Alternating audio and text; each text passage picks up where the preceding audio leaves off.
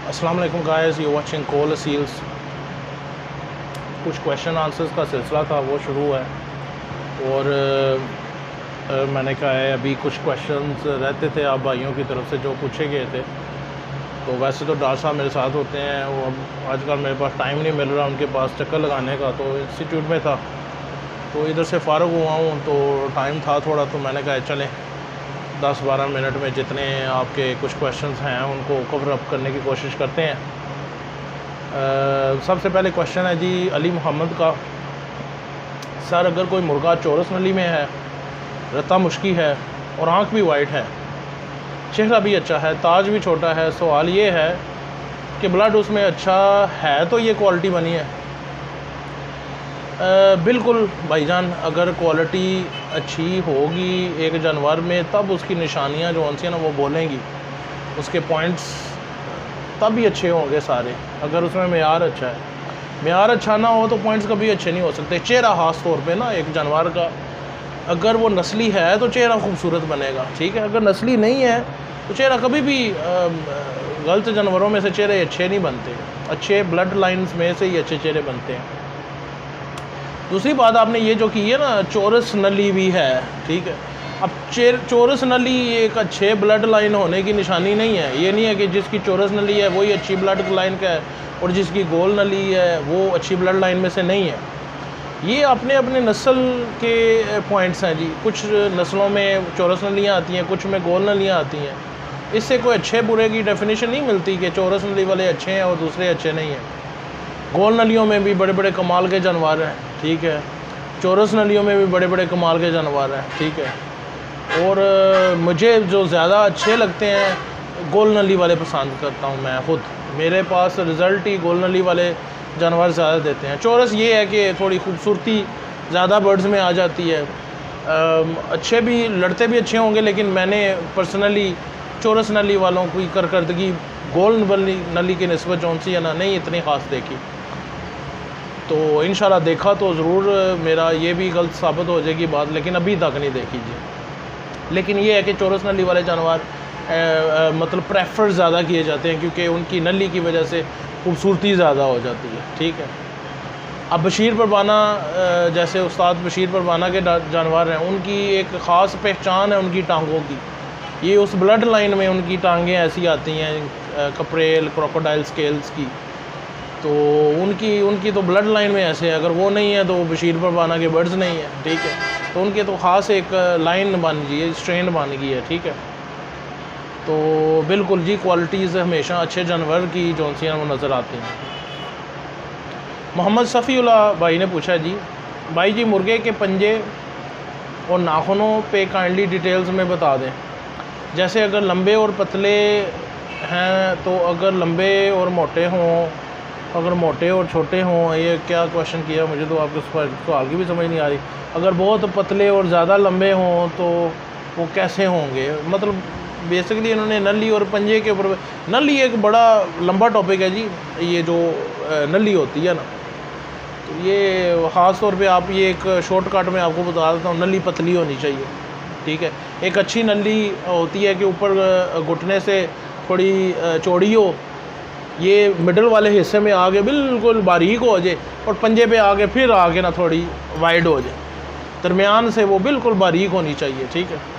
और वो असर वाले जानवर होते हैं जो बारीक नली के मालिक होते हैं, मतलब बहुत सख्त पैरकारी किस्म की उनकी होती है। फिर उनकी जो स्केल्स आ जाती हैं उसकी भी फिर अपना अपना हिसाब होता है, ठीक है। वो भी उस्ताद लोग देखते हैं बड़े गौर से स्केल्स को, ये बड़ी बारीकी का काम है।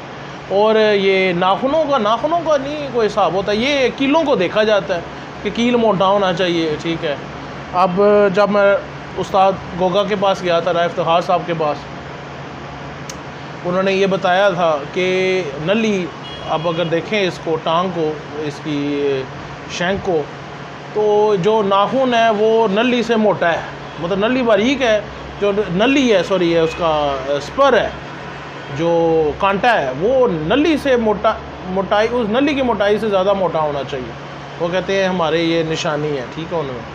तो ये वाकई जो अच्छे बर्ड्स होते हैं उनके नाखून, ये जो नली है, सॉरी क्या नाम है, बार बार भूल जाता हूँ मैं, ये जो कांटा है, स्पर है, ये मोटा होता है, ठीक है। और मोटा एक मजबूती की भी निशानी है और अच्छे बर्ड की भी निशानी है। तो रही बात नाखूनों की, ये नाखून तो कोई नहीं जी, कई दफ़ा बस जो बर्ड्स बंद रहते हैं उनके नाखून ज़्यादा बड़े हो जाते हैं, जो चलते फिरते रहते हैं उनके नहीं रहते, चलते फिरते वो रगड़ खाते रहते हैं, वो बराबर रहते हैं।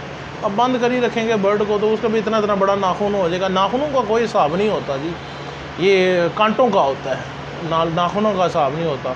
और पंजे बड़े छोटे ये नस्लों के हिसाब से, अमरोहे हैं, अमरोहों के छोटे पंजे होते हैं, उनके गोल राउंड में बनते हैं उनकी, मतलब चार ये जो तीनों उंगलियां हैं और साथ ये पूरा सर्कल बनता है, उनका छोटा पंजा होता है।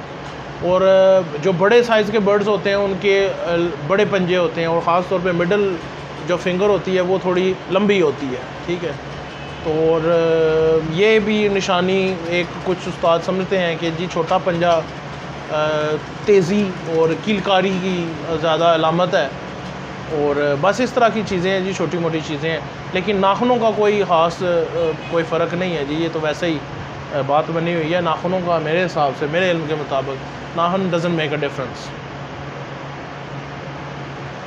भाई जी क्या मास्टर सोना इंतकाल कर गए हैं? ये वलीद असील नहीं पूछा है जी, वो एक लेजेंड थे, ओल्ड शौकीन ख़त्म हो रहे हैं। बिल्कुल ऐसी बात है जी। मास्टर सोना अल्लाह ताला जन्नत उनको नसीब करे जी, उनके फैमिली को सब्र दे जी। हर बंदे ने जाना जी इस दुनिया फ़ानी से, हमारी बारी जब भी आएगी हम भी चले जाएंगे। हम कौन सा परमानेंट वीज़ा लेके आया? कोई भी परमानेंट वीज़ा लेके नहीं आया। मास्टर सोना जनाब वफ़ात पा चुके हैं।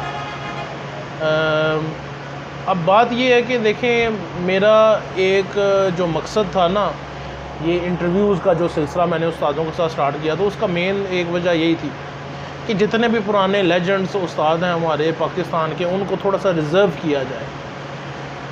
तो रिज़र्व ये वीडियोस के ज़रिए मैं कर रहा था। अब देखें, मास्टर सोना के पास मैंने इंटरव्यू बनाया, काफ़ी लोग पहले मास्टर सोना को जानते ही नहीं थे, लेकिन अब दुनिया जानती है मास्टर सोना को, ठीक है। इतने बड़े उस्ताद थे, वो अच्छे उस्ताद थे, सिर्फ गरीब आदमी था, ठीक है, उसको इतनी वो पॉपुलैरिटी नहीं मिली क्योंकि वो गरीब था। दीवान साहब के साथ वो रहे, उनके साथ बर्ड्स लड़ाते रहे, नवाब उनके साथ रहा, उनके बर्ड्स ये संभालते रहे, मतलब काफ़ी उन्होंने वक्त अपने हिसाब से बर्ड्स मुर्गबाजी में अपना टाइम दिया। फिर दुबई भी ये रहे हैं जी, दुबई भी ये रहे हैं और उधर मुर्गबाजी उन्होंने की है। मास्टर सोना के जो पुराने शौकीन हैं, जो अच्छे पेड़ों के शौकीन हैं, वो जानते हैं मास्टर सोना को, लेकिन ये सोशल मीडिया की दुनिया उसको नहीं थी जानती। फिर जब मेरा इंटरव्यू आया तो अब सब जाना शुरू हो गए हैं।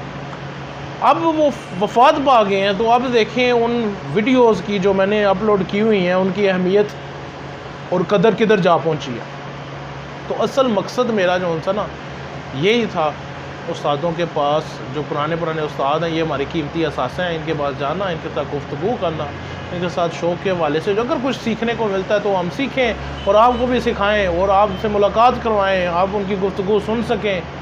और सूनर और लेटर ये वीडियोस की कदर आपको ये 20 साल बाद पता चलेगी, मज़ीद 20 साल बाद। और ये वीडियोस जो उनसी है ना, ये एक नायाब चीज़ होगी ये नए शौकीनों के लिए। अब जिस तरह नवाब है, ठीक है, और काफ़ी उस्ताद हैं जो पुराने गुजर चुके हैं, हमने सिर्फ नाम ही सुने हुए हैं, ना हमने देखे हैं, ना उनकी बात सुनी है पर्सनली, ना कुछ। इस तरह के जब 20 साल बाद नए शौकीन ऊपर आएंगे तो ये उन पुराने उस्तादों की वीडियोस देख के ये इनको एक चीज़ मिलेगी कि ये उनको जान सकेंगे, उनको देख सकेंगे लाइव वीडियो की सूरत में। तो ये जो सी है ना बड़ी कीमत रखती हैं जी वीडियोस, ये मेरे वाली इंशाल्लाह।